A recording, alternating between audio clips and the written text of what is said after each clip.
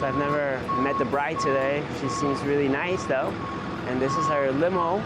Just got here, doing a 3-point turn.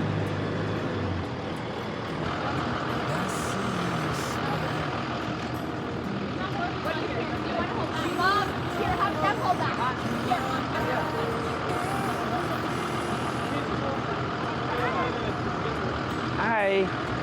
How are you? Yes, that's me. Hugger, how are you? Hey.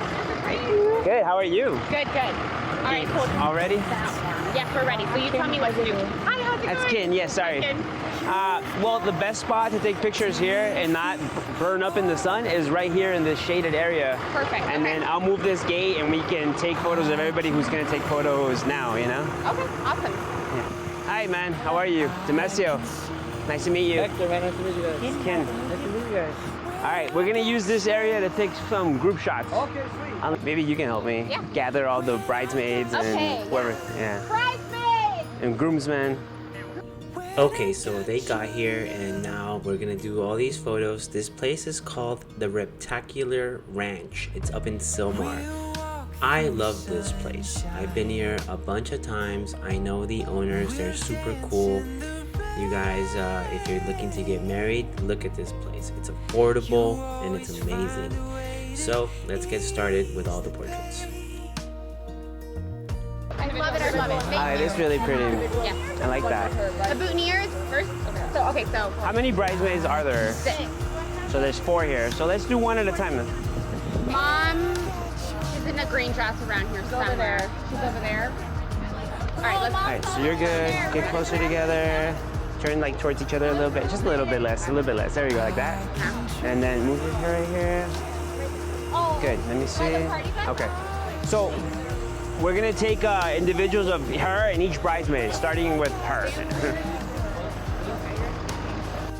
So some of the bridesmaids were missing, so I took this chance to get individuals with each of her bridesmaids, the bride. You want to do this, guys, because then when they post photos up on Instagram, Facebook, whatever, they're going to post these photos. Happy birthday to my maid of honor, happy birthday to my BFF, whatever it is. It's good to get these photos out there. They'll tag you, more people will see your stuff. It's a good thing to do. It takes a few minutes.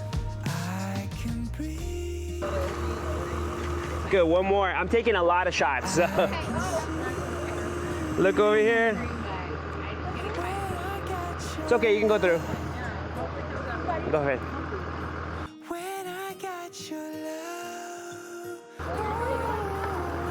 Look at it.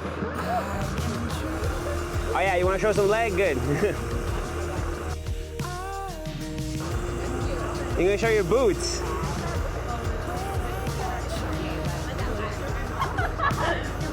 Nice. Look at each other and laugh and go, ha ha ha, smile. Good, give each other a big hug, a big hug. Give each other a giant hug, like, let me show the love. But don't turn away from me. Yeah. So fix your hair a little bit.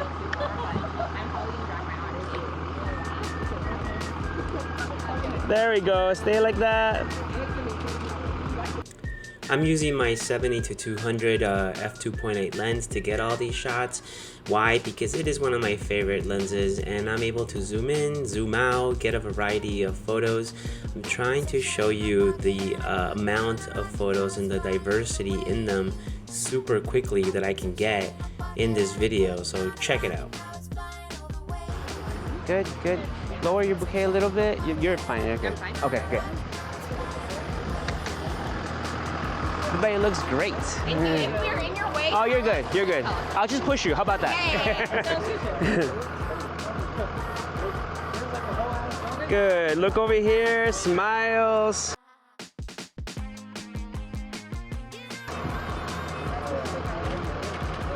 Look at each other, laugh, smile. Think about a bridal magazine cover. Good. Now give each other a giant hug. Go ahead, go ahead. Good, one more, one more. Oh, do that again, sorry. Perfect. So I'm trying to make this video comprehensive, but at the same time, I don't want to show you all 4 hours of footage I got. I mean, I was here for 8 hours. You don't need to see everything, right? The general idea is this. They got here, there's a tree behind them, there's shade here. This is a good spot. I can go and find other spots, but they'll have to walk, and it's an ordeal. If you have a good light, somewhere, if you have a good spot, use it. Milk it. Get all those pretty shots. It's better to have nice light in the shots than to have different locations. Find the nice light. All right, here we go. Stay like that.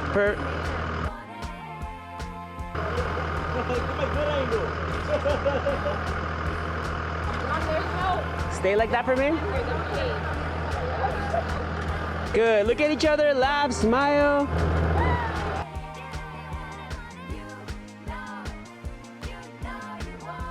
Look at each other. Laugh. Ha ha ha. Oh, I see. We're good. Val, ready? You're probably more comfortable. Yes, these are actually more comfortable. Yeah, for sure.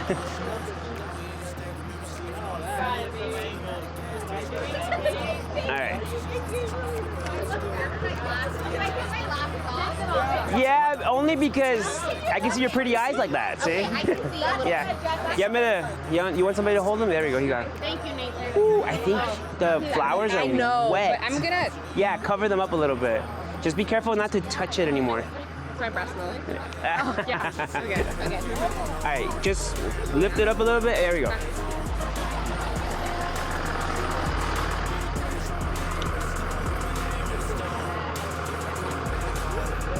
Big smile, perfect. Stay like that.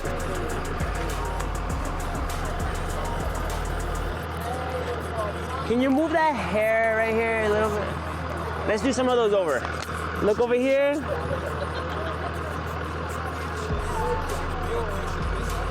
Good, stay like that.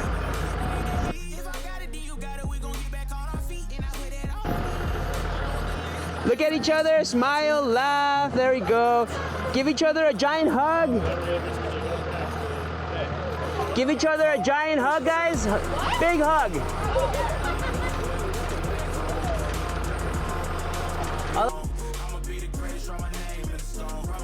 Right here is the truck too. Do you have boots on? All right, show me the boots.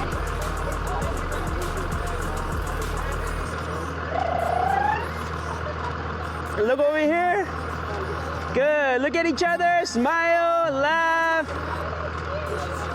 Perfect.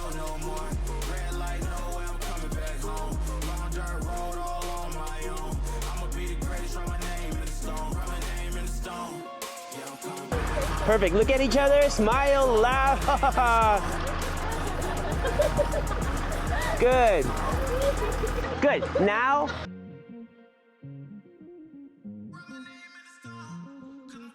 Just, you can turn around, strike a pose, just do something different. Ready?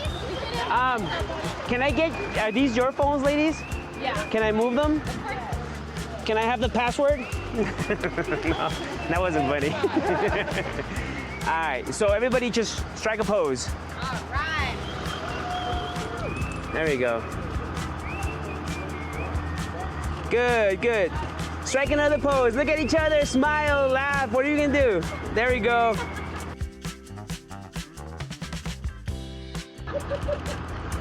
Good. Perfect. Wait, you wanna do that? Can we do it one more time? One more time? Just, you know what? Just move, make a movement, little dance, whatever you wanna do. Here, I'll help you with the. Yeah, just move around, strike a pose, there we go.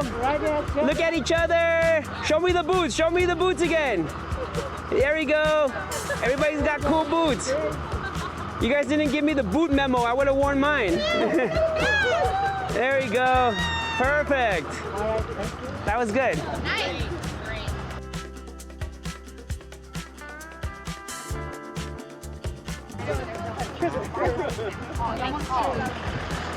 Sorry.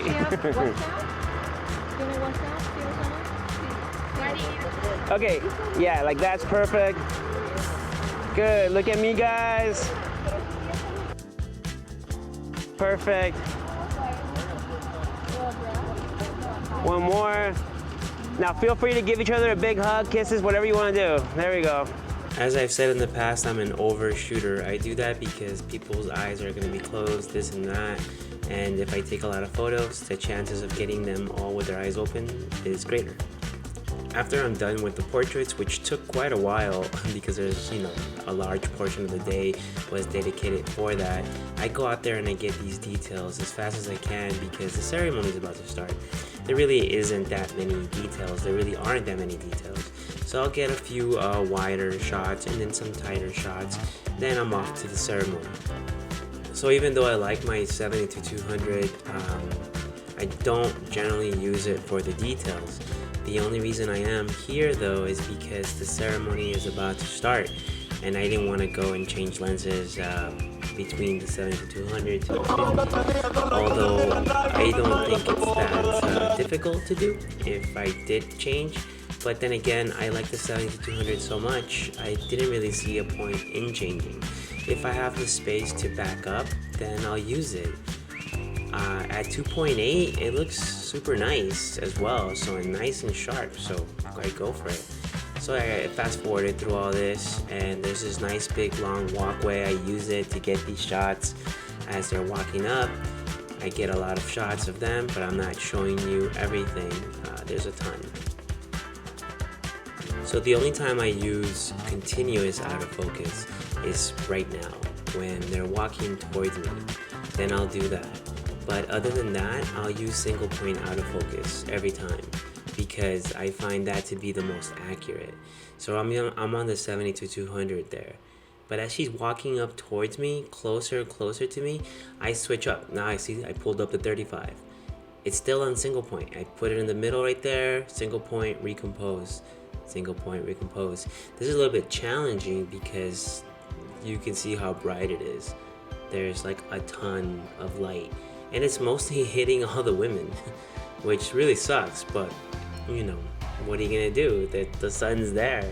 The only thing you could do is postpone the wedding ceremony until later in the day, which would affect the rest of the timeline. So this is what happens here.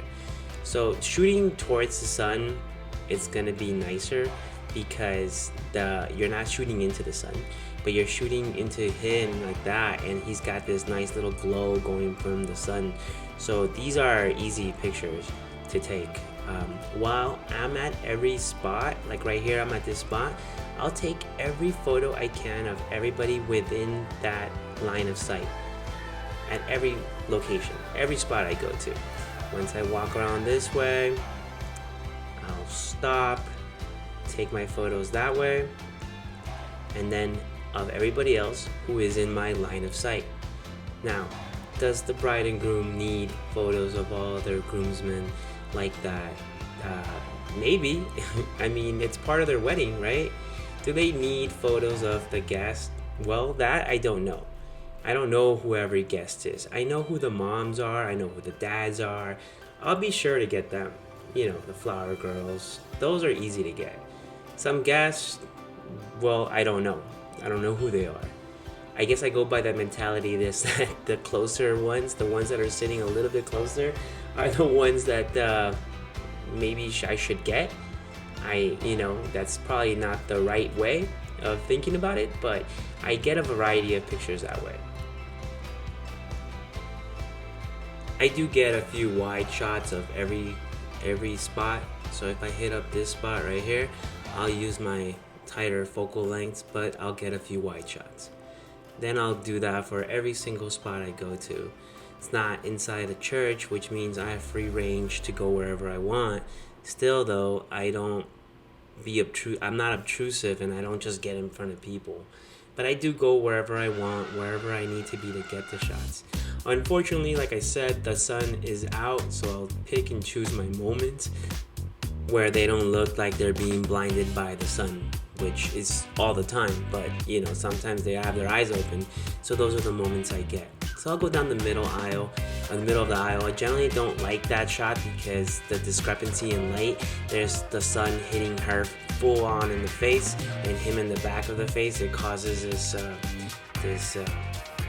difference in light, which I don't like.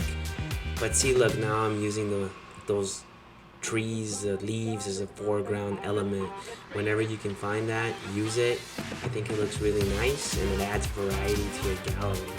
So yeah, whenever you see something that can be a foreground element, use it. Okay, so now it's the entrances, right? This is basically the only spot I use for this, because if I were to move to the right, there would be a porta potty, a really nice one to the left, so I don't use that. Here, look, I'm getting all this. I'm using continuous autofocus again, okay? I'm using that because I want to make sure I get the shots. This is all natural light I'm exposing for their faces.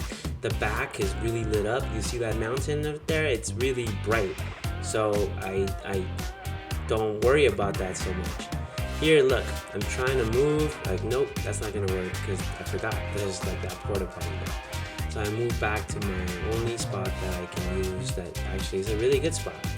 There is some shade on the ground, you can see it there. When they're in that sweet spot, that's where you want to go heavy and take the shots. Once they start moving out of that spot into the patches of light, that's when the shots don't look as good, so maybe you don't use them. Check it out, see?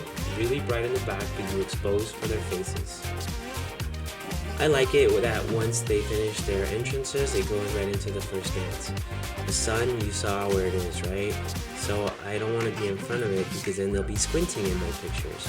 So I'm going to go to this side, to where I am right now. But that also brings up the challenges of the sun could be going into your lens, causing lens flare. And I hate that. Sometimes it's hard to avoid, I know, but you have to try and find that angle where the sun is in your favor, is glowing in your favor. It's hitting the back of their heads. It looks really nice, but at the same time, you're not getting them being blinded by the sun, right? So here I am with the 70-200. It just so happens that the angle that I like, the one that works, has people behind them, which is not ideal. But I'll take that over them being squinting in the sun. I don't want that. So I'll use my 70-200, but I'll also use a 35 to get some wider shots. I take a lot of shots. These are just a couple, obviously. I think this gallery was well over 1,500 photos, which is a crazy high amount, but that's the way I do things. I'm an overshoot. So here, the dance is over. Now they're just mingling. I try and find whatever I can. I generally go to the good light. But right now, this time of day, outside with these big mountains, generally all of this has good light. So I basically look for the moments where people are not eating or are doing something weird that looks weird. So I'll go ahead and take those shots. Here she's at the photo booth, you can see that far away. She doesn't know I'm taking these pictures. I'm sure that when she saw them, she's like, oh, I remember that moment. She had no idea I was taking the pictures. So I'll do that. You can see some samples here. Not all of them are winners. I mean, look, there's a trash can in some of them, but they're candids, you know? So I'm getting them as much as I can. They'll really appreciate it. So here we come to the part where we finally get to use flash. Look where it is, right there, to the right-hand side with the mag sphere. There's also a flash to the right of the speech giver, although that one's not on right now. And so I'm using the light. How do I use it though? I'll put a graphic up here. Step 1, step 2, step 3. Step 1. I get my shutter speed to 1/200 because that's my sync speed. And I want to make sure everybody's in focus. I put my aperture to where I want it to be. Then I set the ISO to where I want it to be. Where do you want it to be? Well, that depends on how much ambient light you want to let in. Once you figure out how much ambient light you want or you can get, then you go ahead and set your flash power. All you need, for me anyways, is to have a little bit of flash to illuminate their faces. Which brings me to step 2. Set your flash power for the light that you're using. I'm only using one light right now. So I set the flash power. I put it accordingly where I want it to go. Like the speech givers are right there, or mostly on that side. So I'll use the correct amount of flash to illuminate them the way I want to. I take a test shot, I check it out, I move to step 3. Step 3 I actually didn't use during those speeches because I only use one key light. Step 3 for me would be setting up the rest of my lights, one light at a time. Turn one on, put the flash power the way you think you should have it, start off low, then up the power until you get the desired results, one light at a time. So if you've done that, now you've gotten the perfect light. The key light is set, the backlights are set, you're good to go. In this case, the key light moved back because now they're dancing, and I have it to the right of me. So I have to pick and choose the moments where they turn their faces enough towards the light that I can get it. So here comes the dancing. Generally, when I do off-camera flash, I want to do one very specific thing. What is it called? Inverse square law. Now, I know that sounds super complicated, and some of you are scratching your heads. Maybe some of you turn this video off because you're like, whatever, I don't know what that is. No, but you really need to pay attention to this part, and you need to research what inverse square law is, because I am not going to go into detail about it. But I am going to say this. If you put your light back, you'll need to put more flash power, right? But once that light from that flash hits the dance floor, it should hit the entire dance floor evenly from the edge to edge. If you put that light closer, you're thinking it's gonna be a softer light, but really, how soft could it be? You're not that close, and it's coming from a little tiny light source, little mag sphere on it. So it's not gonna be, you're not looking for soft light. You're looking for even lighting across the board, across the dance floor. So if you put it further back, it'll be pretty even. In this case, I can even tell you this. I think in this case, I could have done a little bit better here and put that light even more back. But it was working for me here. If I need to adjust light power because it's too close, and I think in this case, looking back at this, it's a little too close, then I can do a couple things. I can adjust the ISO, bring it up a little higher for people that are further away, or open up the aperture so it can let more light in. I can do a variety of things to make sure that the people get illuminated correctly. Okay, so what you just missed right now was me telling the maid of honor, hey, you're the maid of honor, you're in charge, there's no coordinator. What's happening with the cake cutting? What's happening with the bouquet toss, garter toss? Their contracted time is almost up. We need to get these things done. Hi. Hi. I just wanted to make sure you can stay here for like 2 minutes. I'm going to gather my little cousins and we're all going to take a picture with the booth. Okay. Okay, I'll be right back. I told Miss Shaw to stay right here. Okay. You know what? Can I actually take a picture of the cake by itself? Yeah. Okay, love it.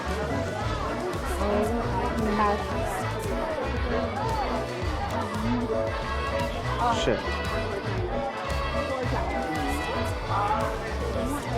One more.